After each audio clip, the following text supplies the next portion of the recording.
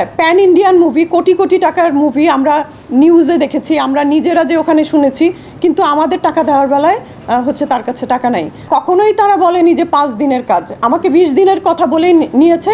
19 দিনে আমাদের কাজ শেষ হয়েছে। 19 দিনের ভেতরে 3 দিন আমি শুটিং করিনি, বাকি 16 দিন আমি শুটিং করেছি। দরদে কাজ করে এলাম ইন্ডিয়াতে, ওনারা আমাকে বলেছে যে 20 দিনের জন্য যেতে হবে। অবশ্যই আমার সেটা জানতে হয়েছে যাওয়ার আগে আমি কয়দিন ওখানে থাকবো, কারণ আমার এখানে তো কাজ থাকে, আমার এখানে শিডিউল দিতে হবে ওদের শিডিউল অনুযায়ী, আমি সেই জন্য জেনে নিয়েছি। হ্যাঁ, কখনোই তারা বলেনি যে 5 দিনের কাজ, আমাকে 20 দিনের কথা বলেই নিয়েছে। 19 দিনে আমাদের কাজ শেষ হয়েছে। 19 দিনের ভেতরে 3 দিন আমি শুটিং করিনি, বাকি 16 দিন আমি শুটিং করেছি। তো ওই 3 দিন যে আমি শুটিং করব না, সেই পেমেন্টটা কি ডিরেক্টররা দেয় না? আমি কি ওই 3 দিন, ওই 3টা দিন কি অন্য কাউকে দিতে পেরেছি? দিতে তো পারিনি। নিয়ম অনুযায়ী তো ডিরেক্টররা দেয়, কিন্তু সম্পর্কের জায়গায় অনেক কিছুই কনসিডার করা যায়, কনসিডার করি। ওখানে যাওয়ার পরে মানে কি বলবো, শুটিংয়ে যখনই শুটিং শুরু হয়েছে, যখনই একটা শট শুরু হয়েছে, ইচ্ছাকৃতভাবে একটা মন্দ ব্যবহার করার ওনার টেন্ডেন্সি দেখেছি। হ্যাঁ, প্রথম ভেবেছি যে হয়তো বা আমি পারছি না, বা নতুন একটা টিমের সাথে তো আমি মনে হয় কোপ আপ করতে পারছি না, আমার ভুল হচ্ছে। প্রথম দিন আমি এইটা ভেবেছি। দ্বিতীয় দিনও আমি আরেকবার চিন্তা করেছি যে কি ব্যাপার, মামুন ভাই এরকম করছে কেন আমার সাথে। তো এরকম যতদিনই শুটিং করেছি কোনোটাই ওনার মন মতো হয় না। অন্য বিদেশি একটা টিম, কলকাতার একটা টিম, বম্বের একটা টিম, প্রত্যেকটা টিমের এই টিমগুলোর সামনে আমাদেরকে এরকম অপদস্থ করছে সে বিভিন্নভাবে। পারছো না, এই হচ্ছে না, এতে করে আমারও কনফিডেন্ট লেভেল ডাউন হয়ে যাচ্ছিল।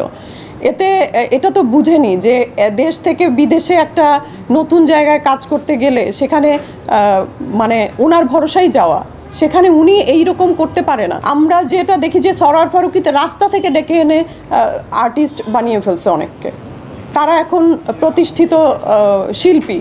তো আমি তো এখানে পরীক্ষিত একজন শিল্পী নিয়ে এসে গেছে, আমিও সেখানে পারবো বিধায়ী সে আমাকে নিয়ে গেছে সেখানে। এইটা হচ্ছে নিজেকে জাহির করা অন্য দেশের সামনে যে আমার আর্টিস্টকে আমি এইরকম মূল্যায়ন করি। তো যখন সে প্রত্যেকটা শটে এরকম করছিল প্রতিদিন, তখন আমি বুঝলাম যে আসলে সে নিজেকে জাহির করছে, যেটা আমি কখনোই তার কাছ থেকে এক্সপেক্ট করিনি। তখন আমি তাকে কোনো কিছু, যেহেতু উনি কাজের মধ্যে আছে। বাই দিস টাইম পেছনে দেখেছি যে বম্বের টিম যারা ওয়ার্ল্ডের সাথে পাল্লা দেয় চলচ্চিত্র নির্মাণ করে, সেই রকম টিম এই যে বাংলাদেশের এই ডিরেক্টরের ডিরেকশন দেখে এবং তার মানে সিস্টেম দেখে ওরা পিছনে বসে মানে কতটা এগুলোকে উপহাস করেছে। তো আমি চুপ করে থেকেছি, কিছু বলিনি, কারণ ভিন দেশে কাজ করতে গেছি, যাই আচরণ করি না কেন পুরো বাংলাদেশকে ওখানে রিপ্রেজেন্ট করবে, যে ওখানের আর্টিস্টগুলো এরকম, যে কারণে খুবই চুপ করে থেকেছি, বলিনি কিছু, ওনাকেও কিছু বলিনি। তাছাড়া আরেকটি বিষয় হচ্ছে, চলে এসেছি কাজ করে, টাকার কথা সেই সময় আমি যেদিন আসি সেই দিন আমি বলেছি যে বানারস তো শাড়ির জায়গা, তো আমি বলছি এখানে এত সস্তা শাড়ি, আমার তো কাজ শেষ হয়ে গেছে, এখন তোমরা দাও, পেমেন্ট দাও। রাব্বানি ভাইকে বলেছি, সাগর ভাইকে বলেছি, সেই একই চেহারা তাদের, সেই একই দরিদ্র চেহারা, তাদের কাছে টাকা নাই। হ্যাঁ, pan Indian movie, crore crore টাকার মুভি আমরা নিউজে দেখেছি, আমরা নিজেরা যে ওখানে শুনেছি, কিন্তু আমাদের টাকা দেওয়ার বেলায় হচ্ছে তার কাছে টাকা নাই। আচ্ছা ভালো কথা, আমি বলছি কিছু তো দাও। এই সব কিছু মিলিয়ে তারা 16,000 টাকা আমাকে দিয়েছিল।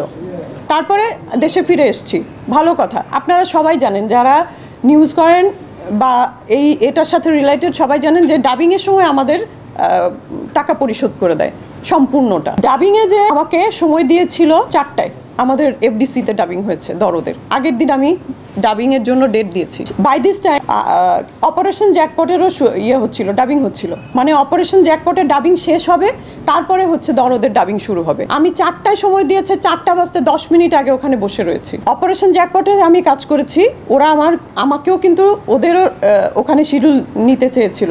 তা আমি বলেছি যে 2টা চলচ্চিত্রের ডাবিং আমি একদিনে ওইভাবে হয় না, একই একটা ইয়েতে থাকতে হয়তো, হ্যাঁ, অ্যাক্টিংয়ের মধ্যে আমি ওইটা পারবো না হয়তো। এখন আমি ওখানে যে বসে আছি, না অ্যাসিস্ট্যান্ট এসছে, না ডিরেক্টর এসছে, না কেউ এসছে, আমি ওখানে বসে আছি। প্রায় 20-25 মিনিট হয়ে যাওয়ার পরে অপারেশন জ্যাকপটের টিম বলছে যে তুমি যখন বসেই আছো তো ডাবিংটা দিয়েই ফেলো আমাদের। আমিও চিন্তা করলাম আসলেই তো বসে দিয়ে ফেলি। 1.5 ঘন্টা বসে আমি অপারেশন জ্যাকপটের হচ্ছে যে ডাবিং দিলাম। ডাবিং শেষ করেও বসে আছি। 2 ঘন্টা পরে রাব্বানি তার কিছুক্ষণ আগে এসছে, 2 ঘন্টা পরে অনন্য মামুন ঢুকেছে তার আরেকজন আর্টিস্ট নিয়ে। ঢুকেই আমার সামনেই বলছে যে এই তুমি ডাবিং শুরু করো, ঠিক আছে। তো এই বিষয়গুলো টাকাটা কখনো কখনো প্রধান বিষয় না। যদি তাই হতো তাহলে ওই কি বলে যেন কষায়ের টাকা না দিয়ে আমাকে দরদে আমাকে রেডিওতে কাজ করাতে পারতো না।